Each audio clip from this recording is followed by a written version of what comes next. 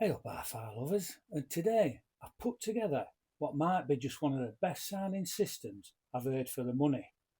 And the crazy thing is, this entire system cost me just £735 used, and I'll discuss price and value for money later on in the video.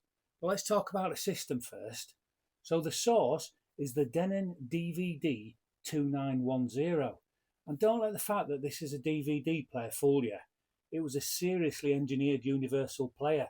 It's got a high quality Burr-Brown DSD-1791 24-bit 192 kHz audio DAC and some very serious engineering inside.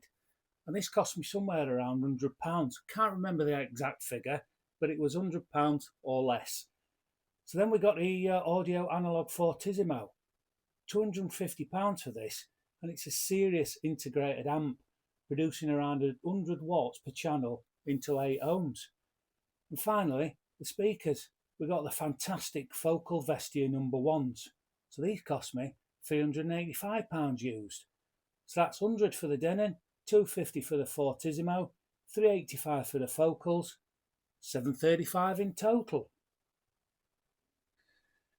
Now, Hi-Fi lovers, here where it gets a bit interesting. As I said, this Denon uses a Burr-Brown DSD-1791 DAC. So first I'm going to use the Denon's own analog output and let the Denon handle the digital to analog conversion.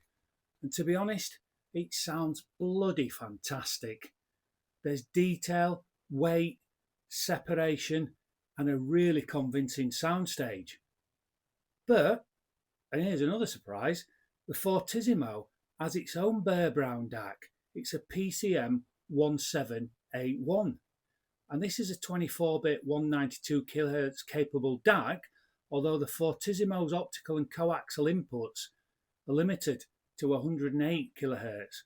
But that don't matter here because I'm playing a standard CD, 16-bit 44.1 kHz.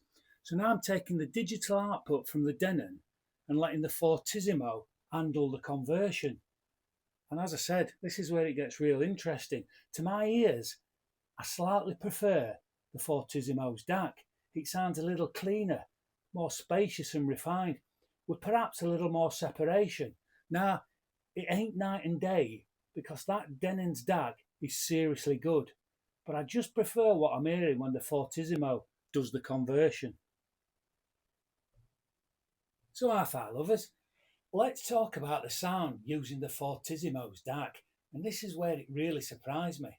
So with the Denon feeding the Fortissimo digitally and the Fortissimo's PCM 1781 DAC handling the conversion, this system sounds absolutely superb. There's detail without it becoming clinical, bass that's tight and controlled, a beautifully open mid-range and a soundstage that's far bigger than I expect from a system costing this little. Now the focals are incredibly revealing, but they're not throwing detail at you, they're just making music. There's a real sense of space, separation and three-dimensionality. And honestly, it is, without a shadow of a doubt, one of the best sounds I've heard. Right, Hi-Fi lovers, let's talk about value for money. Now obviously, if you bought this sort of system new, you'd be looking at a very different number. Now, back in the day, the Denon DVD-2910 was around £650. The audio Analogue Fortissimo, somewhere between £1,200 and £1,500.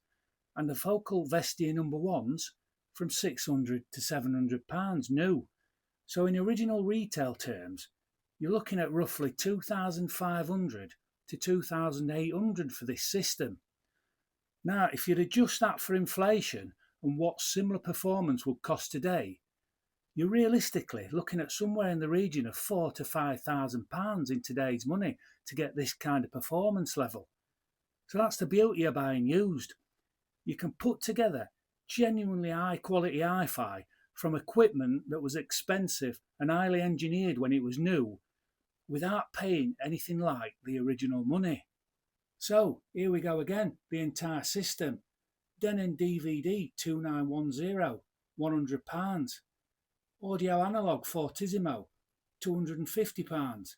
Focal Vestia number 1, £385.